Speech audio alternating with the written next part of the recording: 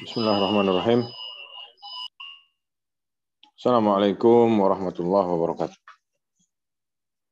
Alhamdulillahirabbil alamin wassalatu wassalamu ala asyrafil anbiya'i wal mursalin nabiyina Muhammadin wa ala alihi wa sahbihi ajmain.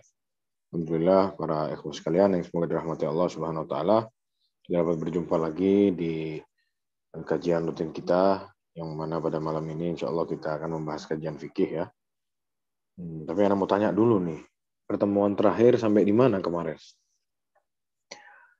Siapa yang mau bantu jawab ini? Kita lihat dulu siapa saja yang ikut. Coba. Siapa yang bisa? Yang mau berpartisipasi? Siapa saja? Sampai mana kajian kita?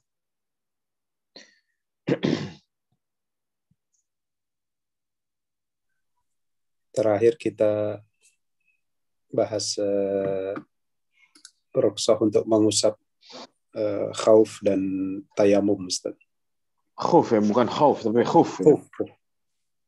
Khuf ya, oke. Baik, alhamdulillah. Alhamdulillah. Jadi kita kemarin di kajian yang lalu kita sudah bahas masalah al-mashu alal khuffain. Ya, mengusap khuf yaitu kalau zaman sekarang sepatu atau kaos kaki ya. Dan selanjutnya disebutkan di sini judulnya adalah mengangkat hadas besar. Tapi sebelum itu, jadi kajian ini insya Allah akan ditutup dengan membahas hadas besar tadi. Tapi sebelumnya kita harus membahas dulu apa saja yang membatalkan wudhu. Nah, yang membatalkan wudhu ini termasuk di dalamnya nanti ada hadas besar. Jadi kita bahas dari luarnya dulu, baru nanti kita masuk spesifikasi di dalam yang lebih berat dan bagaimana mengangkatnya. Mengangkat hadas kecil ya cukup dengan berwudhu. Kalau nggak bisa berwudhu, bisa bertayamum. Kita sudah bahas ya. Tapi apa saja sekarang yang membatalkan wudhu? Disebutkan di sini bahwasanya ada dalam bahasa Arab sama ulama dikatakan mufsidat ya, perusak wudhu, atau juga nawakid ya, pembatal, atau juga mubtilat, sama, pembatal juga ya. Artinya satu sama. Wal mufsidat wan nawakid atau mubtilat umurun ayyan hasyari. Dan perusak atau pembatal wudhu ini ada beberapa perkara, dan perkara ini sudah dibahas sama syariat, bukan ngarang-ngarang. Wahya ilalun tu'athiru fi ikhrajil wudhu amma huwa matlubun minhu. Yaitu beberapa hal yang membuat wudhu itu tidak berlaku lagi. Wahia imma ahdatsun tangkutul wudhu binafsihi atau binafsiha, yaitu bisa jadi hal-hal yang semua itu kita tahu adalah perkara-perkara yang membatalkan wudhu. Ada juga sebab-sebab yang lain. Yang mana jika itu terjadi takunu madhinnatun li husulil ahdath. Bisa jadi menjadikan satu hadas. Jadi belum pasti, tapi bisa jadi ada hadas di situ. Lebih jelasnya lagi, kita sebutkan di sini ya. Yang pertama adalah perlu digarisbawahi, yang membatalkan atau merusak wudhu itu adalah al-khariju minas sabil. Yang keluar dari lubang di tubuh kita. Min makhrajil baul wal ghaid. Dari depan tempatnya kencing dan dari belakang tempatnya buang air besar. Wal khariju minas sabil imma an yakuna baulan, bisa jadi itu berbentuk kencing, atau bisa jadi itu berbentuk mani, atau bisa jadi berbentuk madhi, au dam istihadhah, atau perempuan punya apa ya, atau keluar darah, au ghaid atau BAB, atau rih atau kentut. Yang pertama yang membatalkan wudhu adalah al-kharij minas sabilain, keluar dari dua lubang yang ada pada manusia. Fahuwa naqidun lil wudhu'i bin nas wal ijma' ya. Bahwasanya kencing sama buang air itu adalah pembatal wudhu dengan nas, ayat-ayat Allah Subhanahu wa taala dan hadis, dan juga ijma' kaum muslimin. Qala ta'ala fi mujibatil wudhu. Allah Subhanahu wa taala berfirman, au jaa ahadum minkum minal ghaid. Allah Subhanahu wa taala mensifati di sini jika salah seorang dari kalian ghaid, buang air besar. Sudah mengeluarkan buang air besar, maka ini membatalkan wudu. Wa in kana maniyan aw madhiyan, adapun mani atau madhi, jadi madhi itu bisa dikatakan yang keluar dari saat nafsu bergejolak ya. Adapun mani ma'ruf, air sperma. Fahuwa yang kudul wudu bidalalatil ahadits as-sahihah. Dia membatalkan wudu dengan hadis-hadis yang sahih. Wa hakal ijma' ala dzalika Ibnul Mundzir, dan dikatakan oleh Imam Ibnul Mundzir bahwasanya para ahli ilmu sepakat bahwasanya mani dan madhi, keluarnya mani dan keluarnya madhi itu membatalkan wudu. Ya. Lalu disebutkan juga di sini wa kadza yanqudu khuruj damil istihadhah, dan juga dam al istihadhah. Perempuan yang lebih ngerti ya. Dam al istihadhah, tahu-tahu ada apa-apa keluar darah. Wa huwa damun fasad, yaitu darah yang rusak. La damun haid, dan bukan dam haid. Ini bukan darah haid. Li hadis Fatimah binti Abi Hubeish, yang mana di sini ada hadis dari Fatimah binti Abi Hubeish, annaha kanat tustahad, yang mana dia beristihadhah. Faqala lahan Nabi SAW, Rasulullah SAW bersabda kepadanya, fatawadda'i wa shalli, ambil wudu lalu sholat. Fa innama huwa damu irqin, karena itu adalah dam irqin, yaitu darah urat rahim yang sobek, ada sakit di dalam, bukan haid. Jadi sama Rasulullah disuruh sholat, disuruh berwudu, terus disuruh sholat. Adapun kalau haid, kalau memang istihadhah itu sama dengan haid, maka tidak mungkin sama Rasulullah SAW disuruh sholat. Hadisnya sahih, diriwayatkan oleh Imam Abu Daud, wa Daruqutni, waqala isnadu kulluhum thiqat. Mana ahli ulama yang menyampaikan hadis ini, isnadnya semuanya bisa dipercaya. Wa kadza yanqudul wudu khurujur rih bidalalatil ahadits as-sahihah wa bil ijma', dan juga kentut.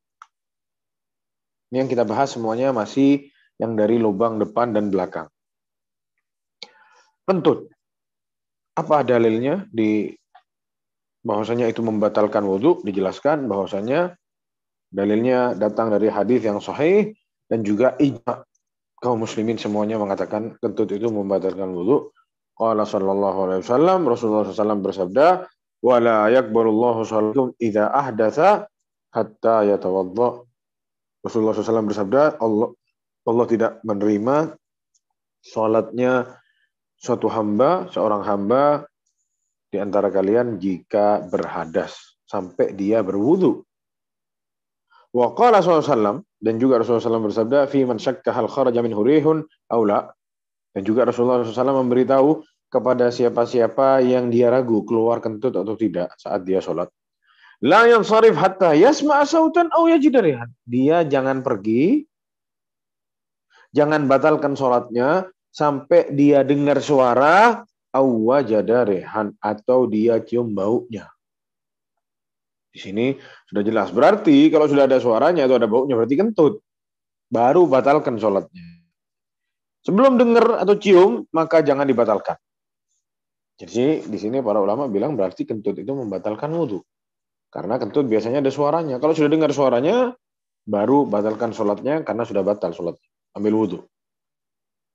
Wa amal kharij minal badan min ghairi sabilain kaddam wal qai' war ru'af. Adapun hal-hal, ini yang penting ya, ini sering ditanyakan oleh orang-orang bahwasanya adapun yang keluar dari badan kita bukan dari dua jalur tadi, bukan dari kemaluan dan dari dubur, seperti darah, wal qai', muntah, dan juga ru'af, sejenis dengan nanah ya.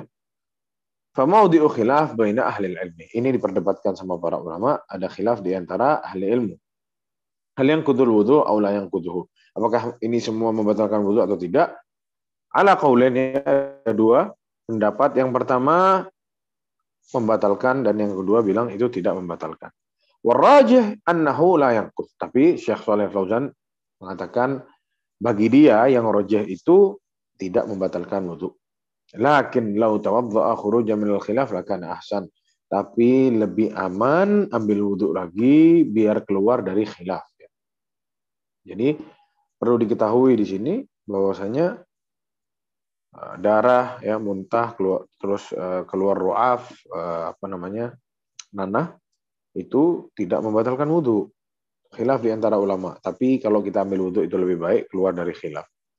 Apalagi yang cuma sedikit. Ya, kalau ada pun darahnya banyak, mungkin itu tidak membatalkan wudhu. Tapi banyak orang kebeset sedikit di tangannya keluar darah.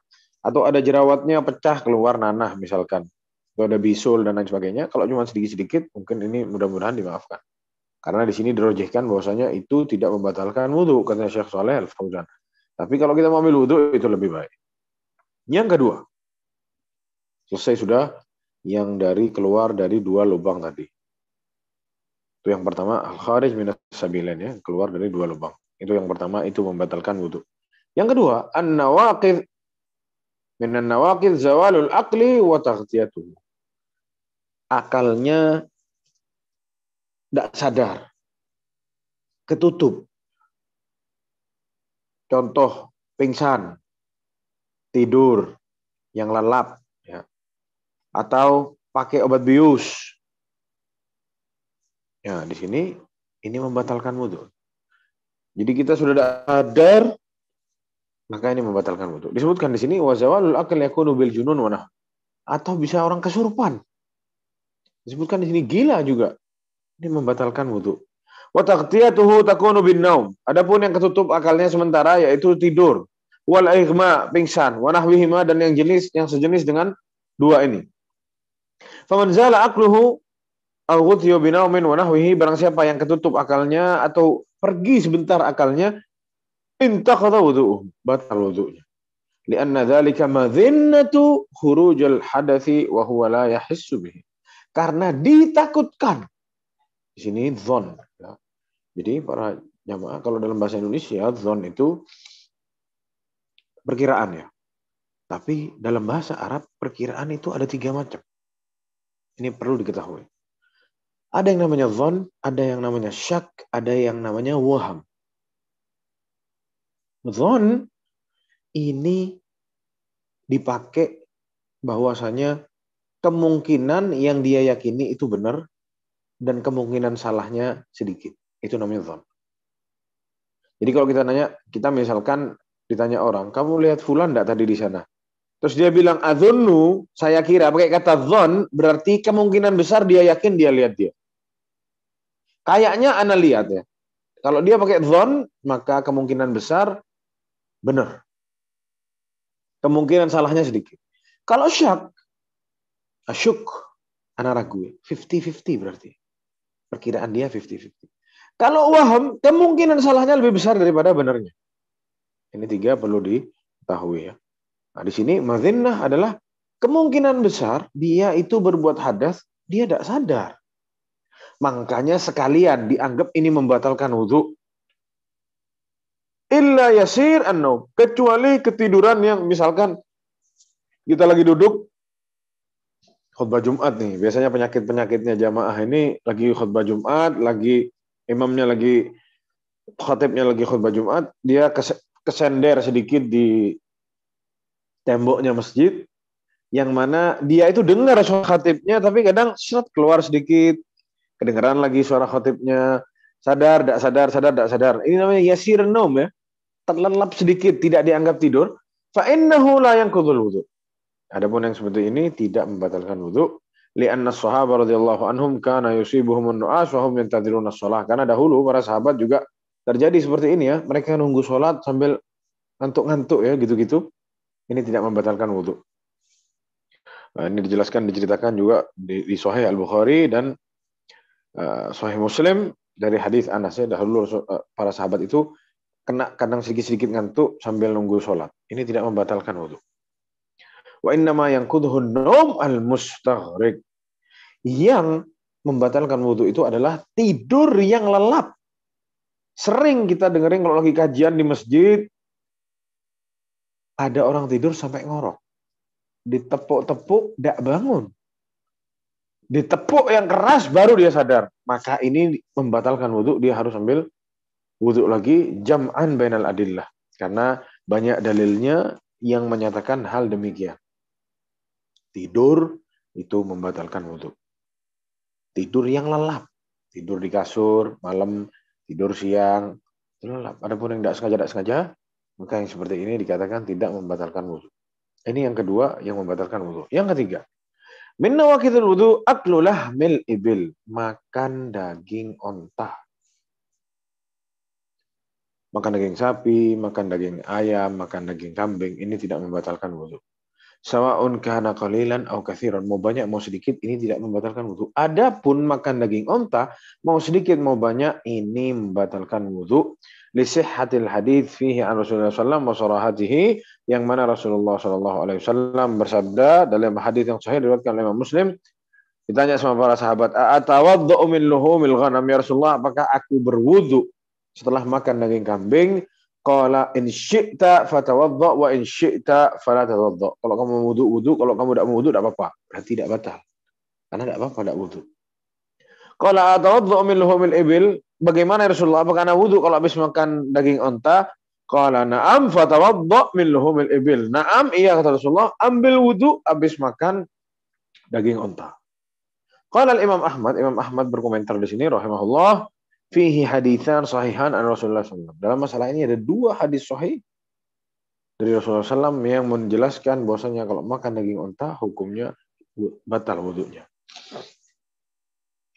Yang selanjutnya, wa amma aklul lahm min ghairil ibil, adapun daging-daging selain ibil, fala yanqudul wudu, ini tidak membatalkan wudu. Wa hunaka asya'un qad ikhtalafa ulama fi.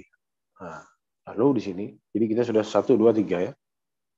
Keluar dari 2 lubang tadi, terus hilangnya akal, yaitu tidur atau kesurupan atau pingsan dan lain sebagainya. Yang ketiga, makan daging unta, ini yang disepakati sama para ulama, ini membatalkan wudu. Wa amma aklul luhum atau hunaka syai'un, ada hal-hal lain qad ikhtalafal ulama fiha. Ulama berbeda pendapat. Yang mana ini membatalkan wudu atau tidak. Wahia massud zakari, yang pertama yang diperdebatkan sama para ulama khilaf. Yang tadi itu banyak disepakati sama para ulama membatalkan wudu. Sekarang yang khilaf, ulama khilaf ini membatalkan wudu atau tidak. Yang pertama adalah massud zakar, memegang kemaluan. Dan juga menyentuh wanita dengan syahwat. Wa taghsilul mayyit, memandikan mayit. Wa riddatu 'anil Islam, dan orang yang murtad dari agama Islam.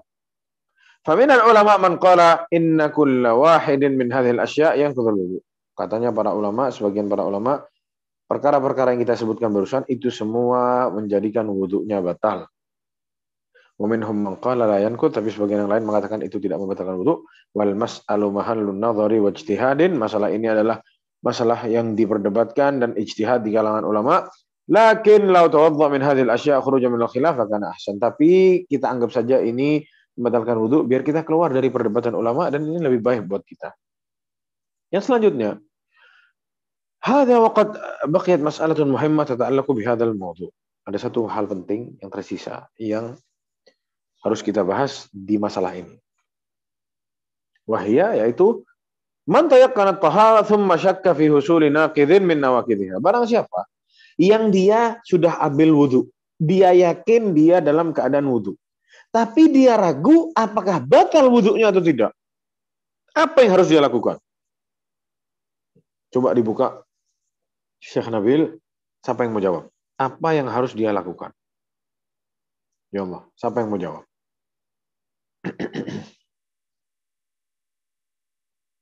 Dia sudah sudah yakin, dia sudah ingat, dia ambil wudhu, dia suci. Terus ada keraguan, ana batal enggak ya? Orang yang seperti ini apa yang harus dia lakukan? Bantu ana untuk menjawab masalah ini. Siapa yang mau bantu jawab? Di sini ada 15 partisipan ya. Fadhol, siapa yang mau ikut serta? Ana buka untuk diskusi. Fadhol. Maksudnya ketika was-was gitu ya, Ustaz, mungkin itu. Iya, jadi kita yakin sudah ambil wudhu, terus datang rasa was-was tadi. Ana batal enggak ya? Ana batal enggak ya? Apa yang harus dilakukan dengan orang tersebut? Apa yang harus dilakukan oleh orang tersebut yang ragu tadi?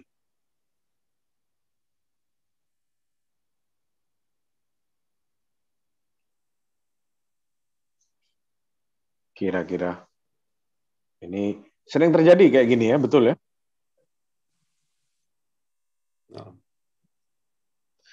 Jawabannya di sini disebutkan ini masalah berat ya, cuman jalan keluarnya luar biasa. Syariat Islam ini sudah lengkap ya, jadi kita tidak perlu ragu-ragu sama agama ini. Disebutkan di sini, laqad thabata an Rasulillah sallallahu alaihi wasallam, Rasulullah SAW bersabda dalam hadis yang diriwayatkan oleh Imam Muslim dari Abi Hurairah radhiyallahu anhu, anna Rasulullah sallallahu alaihi wasallam qala, Rasulullah SAW bersabda, "Idza wajada ahadukum fi batnihi syai'an." Jika seorang di antara kalian mendapati di perutnya ada sesuatu, bunyi-bunyi, krek krek krek krek, sering ini kita ya. Subhanallah, sama Rasulullah 1400 tahun yang lalu sudah dikasih tahu. Tidak usah kita bingung. Jika kita temui sesuatu di perut kita, bunyi-bunyi, fa ashkala alaihi akhraja minhu syai'an am la, dan dia ragu keluar sesuatu atau tidak dari perutnya, fala yakhruj minal masjid, jangan dia keluar dari masjid hatta yasma'a sautan aw yajidu rihan, sampai dia dengar suara kentutnya atau dia temui bau kentutnya itu tadi. Jadi masalahnya sangat jelas ya. Jangan angkat kaki sebelum semuanya jelas. Dan juga ditambahkan lagi ya bahwasanya ada sebuah hadis yang menjelaskan bahwasanya seorang muslim itu jika meyakini sesuatu, termasuk dalamnya meyakini suatu kesucian pada dirinya, terus dia ragu batal atau tidak, maka keadaan dia berada di dalam kesucian. Kenapa? Karena yang dia yakinnya itu yang suci, yang batalnya dia tidak yakin. Karena asalnya dia suci. Dia ingat dia sudah ambil wudhu tadi. Dia yakin kesucian itu. Yang masuk ganggu dia, ini sesuatu yang tidak meyakinkan. Namanya adalah syak. Ya. Wa husulun nakid masykukun fi. Dia ragu nih, batal enggak. Dipertegas oleh syariat dalam suatu kaidah yang sangat luar biasa. Kaidah ini kaidah yang harus kita gunakan di dalam segala aspek hidup kita. Al-yaqin la yazulu bisyak. Keyakinan tidak bisa diangkat dengan keraguan. Jadi di sini sudah jelas. Kalau kita ragu apakah kentut atau enggak, maka yang ragunya itu tidak usah dianggap, anggap yang yakin. Sebaliknya, kalau kita ingat, ana sudah kentut, ana sudah ambil wudhu atau belum ya, ragu dia. Ambil yang yakin, anggap kita batal, harus ambil wudhu. Seperti itu. Jadi, ini bab tentang nawaqidul wudhu ya, yang membatalkan wudhu. Teleponnya dengar ada suara mic yang belum tertutup kayaknya ini. sudah Anda tutup. Ya. Oh, nah. Afwan. Yang selanjutnya, kita masuk ke bab yang mau kita bahas sekarang. Mujibatil ghusl. Sekarang kita tahu bahwasanya Allah Subhanahu wa taala berfirman, wa in kuntum junuban fatahharu. Jika kalian junub, keluar mani, fatahharu. Bersucilah. Karena sudah batal kesuciannya. Wa qad dzakaru anna al-ghusla min al-janabati kana ma'mulan fil jahiliyah. Mandi junub ini sudah dipakai dari zaman jahiliyah. Wa huwa min baqaya din Ibrahim, ini dari sisa-sisa agamanya Nabi Ibrahim alaihissalam yang digunakan sama mereka. Sekarang pertanyaannya, kita semua sudah tahu bahwasanya junub, orang kalau junub itu harus mandi. Ada hadas besar yang mana ini harus mandi. Tapi pertanyaannya, apa saja yang mewajibkan orang untuk mandi atau mengangkat hadas besar yang mewajibkan dia untuk mandi? Di sini disebutkan ada 6. Kalau terjadi satu di antara 6 yang Anda sebutkan ini, maka wajib baginya untuk mandi atau mengangkat hadas besar. Wajib 'alal muslim al-ightisal. Wajib bagi seorang muslim untuk mandi jika terjadi 6 ini. salah satunya terjadi, wajib bagi dia mandi. Yang pertama, khurujul mani min makhrajihi min az-zakari aw al-unsa, keluar mani laki-laki atau wanita. Dan keluar mani ini ada dua kemungkinan. Yang kemungkinan pertama, keluar mani dalam keadaan dia sadar, atau keluar mani dalam keadaan dia tidur. Jika dia keluar mani dalam keadaan sadar, yang diwajibkan mandi itu dikasih syarat. Ini dalam keadaan sadar ya. Tadi keluar mani itu dibilang ada dua. Kemungkinan dia keluar mani dalam keadaan sadar, kemungkinan keluar mani dalam keadaan tidur. Sekarang kita bahas yang keadaan sadar dulu. Yang sadar ini ternyata juga bercabang lagi. Ada dua macam. Yang mana tidak semua macamnya diwajibkan untuk berwudu. Jadi ada syaratnya kapan seseorang yang sadar mengeluarkan mani itu harus mandi. Ada syaratnya. Disebutkan di sini, disyaratkan harus saat dia keluar maninya itu merasakan kelezatan. Ya. Kalau keluar maninya tanpa dia rasakan kelezatan, berarti ini penyakit, ini tidak mewajibkan dia untuk mandi. Ya. Kalau dia rasakan kelezatan, berarti harus mandi. Tapi kalau keluar maninya begitu, tanpa ada kejelasan, tanpa dia rasakan apa-apa, tidak wajib dia untuk mandi. Ini dalam keadaan sadar. Fa'in kharaja fi halil yaqwa.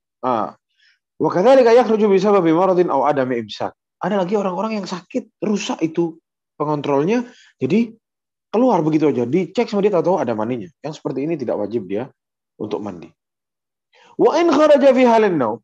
Sekarang kita loncat keadaan saat dia tidur. Wa huwa ma yusamma bil ihtilam, yang mana dikatakan sama orang biasanya mimpi basah. Wajibal ghuslu mutlaqan. Adapun kalau dalam keadaan tidur, mimpi basah, keluar mani, dia harus mandi secara mutlak, tidak ada tawar-menawar lagi. Li faqdi idrakihi faqad la yash'uru bil laddah. Mau dia rasain enak, mau dia rasain tidak enak. Fannaimu idza istaiqadha wajada atharul mani, bagi barang siapa atau barang siapa yang dia bangun tidur terus dia temukan ada maninya di celananya, wajib alaihil ghusl, wajib baginya mandi. Wa in ihtalama wa lam yakhruj minhu mani wa lam yajid lahu athar lam yajib alaihil ghusl. Adapun dia mimpi basah, di saat bangun dia cek di celananya tidak ada maninya, meskipun dia merasakan kelezatan, tidak wajib baginya mandi. Jadi ada dua ya. Yang tadi dalam keadaan sadar, yang pertama merasakan kenikmatan, wajib mandi. Yang kedua, karena dia sakit, tidak merasakan apa-apa, atau keluar mani, ini tidak wajib mandi. Adapun yang tidur, dalam keadaan tidur, wajib baginya mandi. Kalau keluar mani. Mau dia rasa enak, mau dia rasa tidak enak, dua-duanya mandi. Atau dia tidak merasakan apa-apa, wajib mandi meskipun keluar mani. Sebaliknya, kalau dia tidur, dia mimpi basah, tapi dia merasakan enak, terus dia bangun, ternyata tidak ada keluar mani, berarti tidak wajib bagi dia mandi. Simple. Itu yang pertama. Yang mewajibkan seseorang untuk mandi wajib. Yang kedua, min mujibatil ghusli ilajul dzakar fil farji. Ya, masukkan batangnya laki-laki ke kemaluannya wanita, meskipun tidak keluar mani, wajib mandi. Ya, meskipun belum sampai keluar mani, wajib bagi dia mandi, hanya cukup masuk, selesai, wajib mandi sudah. Li haditsin ladzi rawahu Muslim, yang mana dijelaskan dari hadis yang diriwayatkan oleh Imam Muslim, wa ghairuhu an Nabi sallallahu dari Rasulullah sallallahu, idza jalasa baina syu'abiha al-arba' thumma massal khitanul khitan faqad wajabal ghusl. Kalau sudah seorang laki-laki duduk di antara duduk di tengah-tengahnya wanita, maksudnya sudah dimasukkan, sudah berjumpa kemaluan dengan kemaluan, sudah masuk, faqad wajabal ghuslu, sudah diwajibkan untuk mandi meskipun tidak keluar mani. Fa yajibul ghuslu 'ala al-wati'i wal mawti'ati bil ilah. Yang perempuan dan yang laki sama-sama harus mandi meskipun belum keluar apa-apa, tidak mengeluarkan mani. Walihadzal hadis, Dan dalilnya hadis yang kita barusan dan juga ijma para ahli ilmu atas perkara ini. Jadi bukan hanya dikuatkan dengan hadis, tapi ijma para ulama mengatakan ini mengharuskan seseorang untuk mandi wajib. Ini yang kedua. Yang ketiga, kita bilang tadi ada 6 ya. Sekarang kita baru bahas yang ketiga. Min wajibatil ghusl. An ta'ifatin minal ulama, yang diwajibkan seseorang untuk mandi, dan ini disebutkan oleh beberapa sekelompok ulama, Islamul kafir, orang kafir yang masuk Islam. Ya. Jika ada orang kafir yang masuk Islam, wajib baginya untuk mandi karena Rasulullah SAW menyuruh atau memerintahkan sebagian orang-orang yang masuk Islam untuk mandi. Wa yara katsirun min ahli ilm anna iktisar kafir idza aslama mustahabun. Ada ulama-ulama lain, kelompok ulama lain yang bilang ini hukumnya bukan wajib tapi mustahab. Ya, bukan wajib tapi sunnah. Li'annahu lam yunqal 'an Nabi sallallahu alaihi wasallam, karena katanya tidak ditemui dari Rasulullah sallallahu alaihi wasallam annahu kana ya'muru bihi kullamin man aslam, karena Rasulullah ternyata dicek lagi tidak setiap ada orang masuk Islam sama Rasulullah disuruh mandi. Tapi pernah ada orang yang masuk Islam sama Rasulullah disuruh mandi. Fayuhmalul amr biha 'alal istihbab. Jadi karena yang tadi diperintahkan sekarang ternyata ada yang tidak diperintahkan, perkaranya dari wajib turun ke sunnah. Jam'an bainal adillah, karena kita harus gabung nih dalil-dalil yang ada. Tidak bisa kita comot satu aja. Oh wajib saja.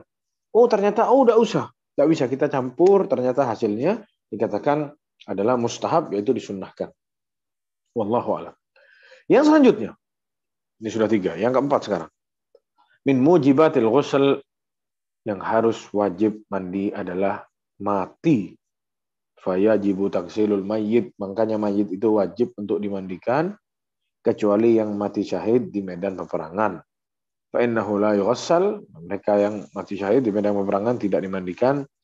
Dan nanti itu akan dibahas di bab jenazah ya. Ini yang keempat. Yang kelima dan yang keenam adalah min mujibatil ghuslil haid wan nifas. Yang diwajibkan mandi adalah haid dan nifas. Haid yang kelima, nifas yang keenam. Liqaulihi sallallahu alaihi wasallam, yang datang dari hadis Rasulullah SAW bersabda, fa idza aqbalat haidatuki fada'is shalah. Kata Rasulullah SAW, kalau sudah datang haid maka tinggalkanlah salat. Wa idza adbarat faghsili anki dam tsumma shalli. Ya, kalau sudah selesai mandi, bersihkan diri kamu dari darah itu dan salatlah, kata Rasulullah SAW. Wa qauluhu ta'ala, dan juga firman Allah Subhanahu wa taala, fa'idha tatahharna, ya, yaitu maksudnya adalah al-haidu yatatahharna, wanita yang haid yang bersuci dengan mandi setelah selesai haidnya. Nah, jadi itu 6 tadi yang mewajibkan seseorang untuk mandi. Yang pertama adalah keluarnya mani, dan hal-hal yang sudah Anda jelaskan tadi, dan juga yang kedua adalah masuknya kemaluan laki-laki ke wanita meskipun tidak keluar mani. Dan yang selanjutnya adalah orang kafir yang masuk Islam, yang mana ini dikatakan hukumnya bukan wajib ternyata tapi sunnah. Yang selanjutnya adalah orang yang meninggal dunia harus dimandikan. Terus yang selanjutnya adalah wanita yang selesai haid dan wanita yang selesai nifas. Yang selanjutnya, sifatil ghusl al-kamil. Bagaimana sifat mandinya? Ini yang penting, bagaimana sifat mandinya. Disebutkan di sini yang pertama adalah an yanwiya biqalbihi, dia harus ada niat di dirinya, bahwasanya dia tahu dia dalam keadaan berhadas dan dia niat dia mau mandi, mau ngangkat hadas besarnya ini. Ya, jadi niat ini perlu di seluruh peribadatan ya. Karena banyak pertanyaan masuk, dia bilang, ana ini dalam keadaan junub, terus ana lupa, terus ana mandi, bukan mandi wajib, mandi biasa. Ya, mandi biasa. Yang mana mandi biasa itu kalau diniatkan bisa jadi itu sudah mengangkat hadas. Tapi dia tidak niat karena dia lupa apakah ini sudah mengangkat hadasnya. Ini dikatakan sama para ulama ini tidak mengangkat hadasnya karena dia tidak berniat. Nah, jadi yang sangat penting pertama adalah niat. Yang kedua, summa yusammi wa yaghsilu yadayhi thalathan wa yaghsilu farjah. Jadi ini sifat-sifat yang disunnahkan ya.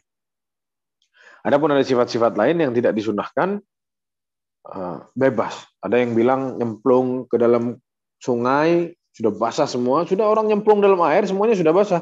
Terus keluar lagi, masuk di sini, keluar di sana, sudah selesai. Kalau sama dia diniatkan mengangkat hadas besar. Karena sudah aslinya junub itu kata adalah pori-pori ya. Jadi pori-porinya harus kena air semua. Nah, setelah berniat, kita disunahkan juga untuk thumma yusammi wa yaghsilu yadayhi thalathan, bilang bismillah ya dalam hati, wa yaghsilu yadayhi thalathan, mencuci kedua tangannya 3 kali, wa yaghsilu farjahu, dan mencuci kemaluannya. Thumma yatawadda wudu'an kamilan. Terus dia ambil wudu yang sudah kita pelajari seperti apa wudu? Wudu yang sempurna, dia ambil wudu. Thumma yahthil ma ala ra'sihi 3 marratin yurawwi usul sya'ri. Lalu dia mengambil air sama dia dimasukin ke kepalanya, sama dia digerakkan airnya ini semua ke setiap pori-pori kepalanya, ke kulit kepalanya. Jangan sampai ada bagian di rambut-rambut kita, pori-pori kulit kepala kita ini tidak kena air. Terus digituin sampai kita yakin semua sudah kena air. Sudah dilewati sama air. Yang selanjutnya, summa yu'immu badanahu bil ghusl. Terus dia siram badannya. Ada yang bilang dimulai dari sebelah kanan dulu, kenain air semua, lalu yang sebelah kiri semuanya harus kena air. Wa yadluku badanahu biyadaihi, semua harus dilewat sama tangannya ya, dilewat digosok sama tangannya, badannya. Liyasilal ma ilaihi, agar air pasti lewatin semuanya. Yang selanjutnya, wal mar'atul haid aw nufasa tanqudhu ra'saha lil ghusli min al haid wan nifas. Adapun wanita yang haid dan nifas, kalau sudah bersih, dia harus lepas ikatan rambutnya semuanya, siram sama air, harus semuanya kena air ya.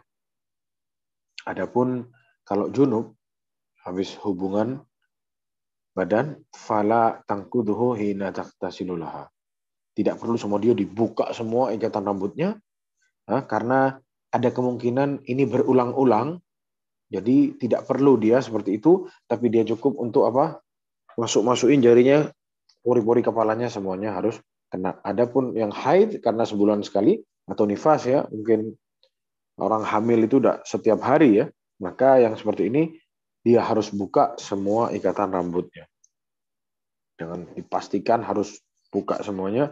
Adapun kalau dia janabah, maka tidak diwajibkan bagi dia untuk membuka ikatan-ikatan rambutnya. Karena ada mungkin memberatkan, bisa jadi berkali-kali mandi, nanti mungkin lagi tidak tahu, terus mandi lagi, wallahu alam, ini dikatakan memberatkan. Tapi tetap diwajibkan bagi dia, para wanita, anturawiya usul sya'riha bil ma', ya, harus pastiin semuanya ini dasar kulit kepala dia ini semuanya kena air, jangan ada yang tersisa. Wa yajibu 'alal muqtasil rajulan kana aw imra'ah, dan juga diwajibkan bagi seseorang yang mandi, laki-laki maupun perempuan, an yatafaqqada usul sya'rihi wa maghabini badanihi ma tahta halqihi wa ibtaihi wa surratihi wa tayyi rukbatayhi. Semua lakukan badan wajib untuk digosok, dipastikan kena air semua. Dimulai dari bagian-bagian kepala, sini belakangnya kuping, ini lubangnya kuping, ya. Terus lehernya, sini juga harus kena air semua, ketiaknya, sininya, siku-sikunya, bawah ini, di belakangnya dengkul, dan lain sebagainya. Jari jemarinya, di antara jari jemari, semuanya harus sama dia dipastikan kena airnya. Ya. Wa in kana labisan sa'atan aw khataman, adapun dan juga orang-orang yang pakai jam dan pakai cincin harus digerakkan jamnya. Kalau mau dibuka jam sama cincinnya itu lebih baik agar memastikan air itu masuk ke sana. Wa hakadha yajibu an yahtammu bi isbaghil ghusli bihaitsu la yabqa min badanihi syai'un la yasilu ilaihi al-ma'. Jangan sampai ada satu titik dari badan kita yang tidak kena air. Kemudian Rasulullah SAW bersabda, tahta kulli sya'ratin janabat. Setiap satu bulu ini, di bawahnya ada yang namanya janabah yang wajib disiram sama air, dibersihin, dicuci maksudnya. Faksilu sya'ra, cuci rambut-rambut semua, wa ankul basyara, ya, dan terus diusap ini semua kulit kita ini semua. Rawahu Abu Daud wa Tirmidzi. Hadisnya diriwayatkan oleh Imam Abu Daud dan Tirmidzi. Wala yang bagilahu yusrafi sabbil ma. Yang perlu diperhatikan, kita juga jangan boros-boros pakai air. Fal masyru' taklilul ma'i ma'al isbagh. Yang dimasyariatkan adalah airnya sedikit tapi semuanya kena. Jadi tidak boros kena apa? Ada orang mandinya boros tapi benar. Ada orang mandinya boros tidak benar. Ini parah ini. Ada orang airnya sedikit tidak benar. Ada orang airnya tidak boros tapi benar. Ini yang paling baik. Tidak boros tapi dia benar. Semuanya kena. Fatkana Rasulullah SAW ya tawaddu bil muddi wa yaqtasilu bis Rasulullah SAW dulu mandinya itu cuma satu canting aja. Ya ibarat topi ya segini dia. Ya. Sedikit cuman ininya apa namanya? Airnya tuh bil mud segini aja dia sudah bisa mandi. Karena semuanya kena. Ambil wudhu juga sedikit airnya. Mungkin seperti segelas aqua saja dia bisa ambil wudhu. Rasulullah SAW fayambaghi al-iktida'u bihi fi taklilil ma. Ya. Harus ditiru, jangan kita boros-boros pakai air. Adapun zaman sekarang pakai shower, cas, subhanallah, luar biasa. Gampang kita pakai air sekarang, tidak seperti zaman dulu kesusahan air, cuman tetap diminimalisir, jangan sampai kita boros-boros pakai air, karena ini perbuatan yang tercela. Kata Rasulullah, meskipun walau kunta fi nahrin jarin, meskipun kamu ada di pinggir sungai yang lagi berjalan, tidak boleh boros-boros. Kama yajibu 'alal muqtasil an yastatira fala yajuzu an yaqtasila uryanan bainan nasi. Tidak boleh dia kalau mandi juga harus dipastikan kalau dia lagi mandi di sungai jangan sampai ada orang yang lihat, harus menutup badannya ya. Rasulullah SAW juga bersabda, innallaha hayyun sitirun yuhibbul haya'i was-sitr. Rasulullah SAW itu maha malu ya, maha menutupi, nutup. Yuhibbul haya ya. Allah SWT senang sama sifat malu dan sifat menutupi. Jadi kita tidak boleh ngumbar-ngumbar aurat. Faidah iktasala ahadukum, jika kalian mandi, kata Rasulullah SAW, falyastatir, maka tutupi auratnya dari penglihatan orang lain. Hadisnya sahih riwayat Imam Abu Daud dan Nasai. Maka para jemaah sekalian, mungkin ini yang bisa Anda sampaikan. Jadi kita telah membahas pada malam ini tentang nawaqidul wudu, yang membatalkan wudu, dan juga ahkamul ghusl ya, yang mewajibkan mandi dan bagaimana cara mandinya. Mungkin sekian dari ana, wallahu alam. Kita teruskan, kita lanjutkan ke hostnya. Fadhol. Alhamdulillah, jazakallahu khairan Ustaz. Kita memasuki sesi tanya jawab. Jemaah yang ingin bertanya langsung dapat membuka mic-nya, dan bagi jemaah akhwat yang ingin bertanya dapat mengirim pertanyaan ke admin tanya.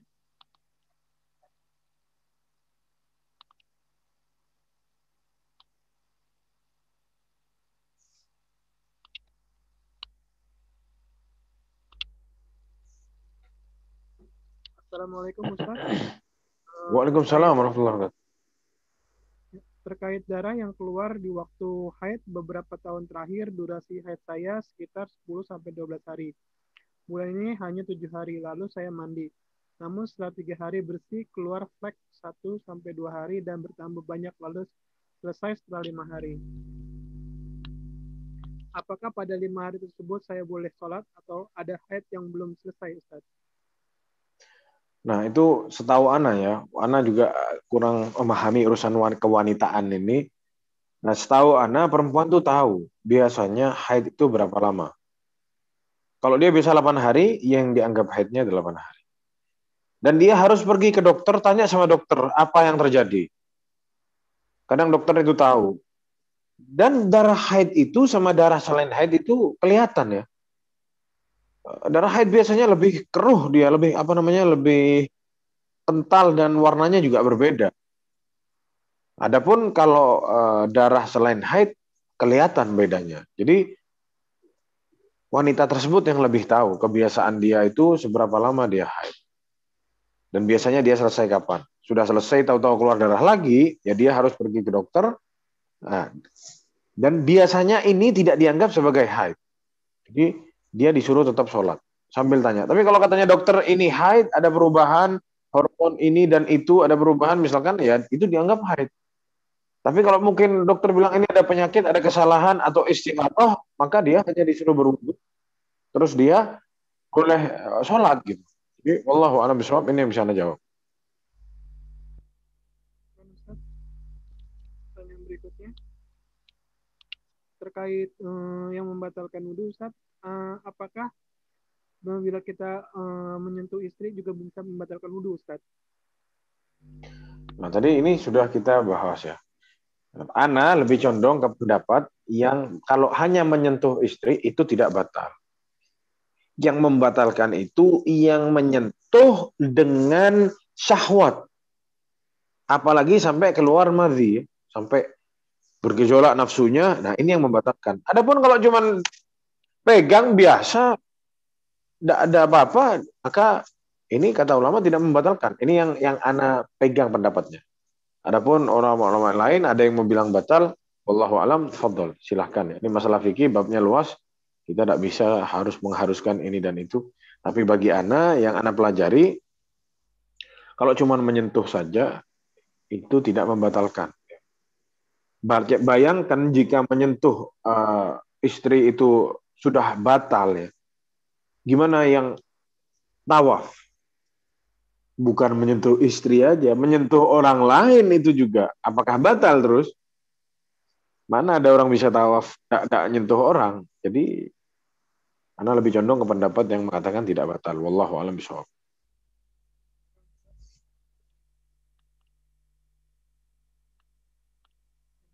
Pertanyaan berikutnya pada jamaah yang ingin bertanya langsung, silakan.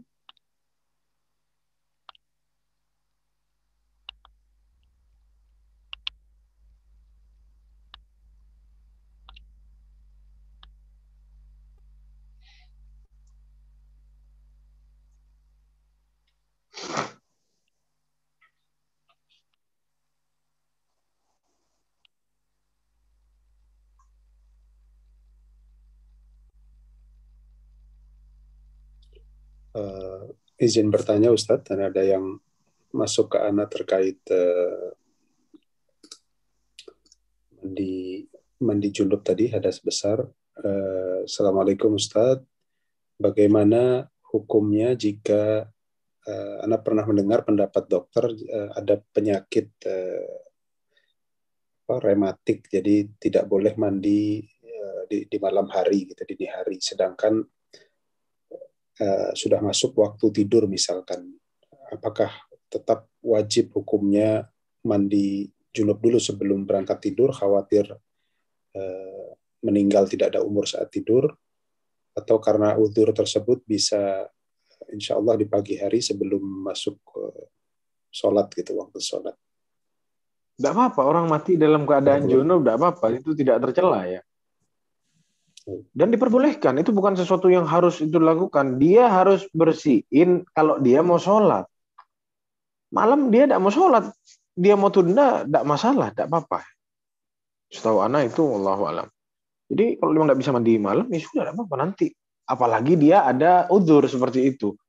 Jadi bagi dia, tunda saja besok pagi. Saat dia sudah mau sholat subuh, sudah dia mau sholat, misalkan atau dia mau sholat tahajud, baru dia mandi. Walaupun dia tidak mau melakukan apa-apa, disunahkan dia ambil wudhu saja. Meskipun itu tidak bisa mengangkat hadasnya semua, tapi Anda pernah baca satu riwayat, Anda lupa riwayat Imam Syafi'i, Rasulullah SAW kalau habis menggauli istrinya itu kalau tidak langsung mandi Rasulullah berwudu. Junub Rasulullah berwudu. Wallahu a'lam bishawab.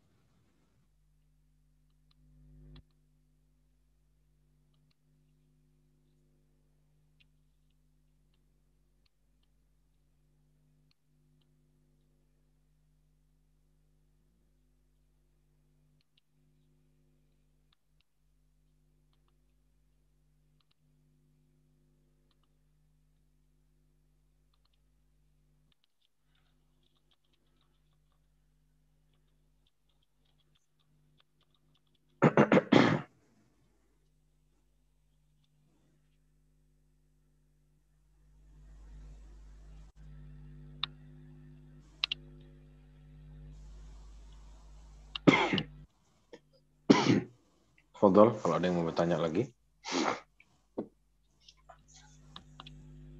Masuk, Ustaz.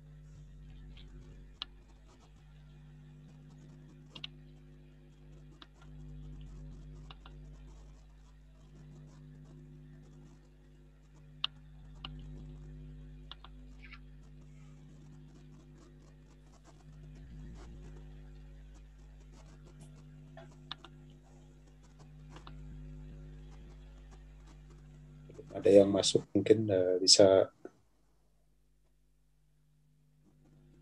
kita simpulkan mungkin Ustadz untuk kita lanjutkan pertemuan berikutnya. Baik, jadi alhamdulillah hari ini kita sudah bahas sesuatu yang setiap hari kita temui ya. Sesuatu yang hidup sama kita sehari-hari dan di setiap waktu. Nah, ini urusannya najis, urusannya hadas ya. Jadi jangan tukar-tukar antara hadas sama najis. Najis itu beda, hadas itu beda. Hadas itu keluar dari tubuh kita sendiri. Adapun najis itu datang dari luar masuk ke dalam. Dan jangan berarti terus jangan kita artikan kalau kita kena najis terus batal wudhunya, bukan. Kalau kita kena najis, nanti najisnya dihilangkan, wudhu kita tidak batal. Nanti akan kita bahas. Fi izalatin najasa insyaallah. Jadi secara singkat kita sudah bahas hari ini apa-apa saja yang membatalkan wudhu, dan kita sudah bahas juga apa-apa yang mewajibkan kita untuk mandi wajib.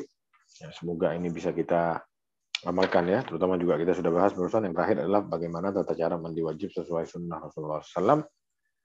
Jadi mungkin itu yang bisa Ana sampaikan. Semoga bermanfaat, bisa kita terapkan dalam kehidupan kita sehari-hari. Mungkin sekian dari Ana. Wassallallahu ala nabiyina Muhammad wa ala alihi wa sahbihi wa sallam.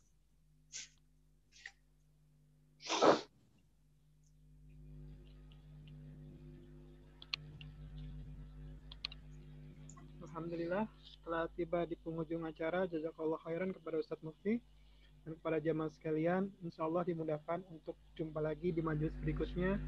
Mohon dimaafkan atas segala kekurangan dan salah kata.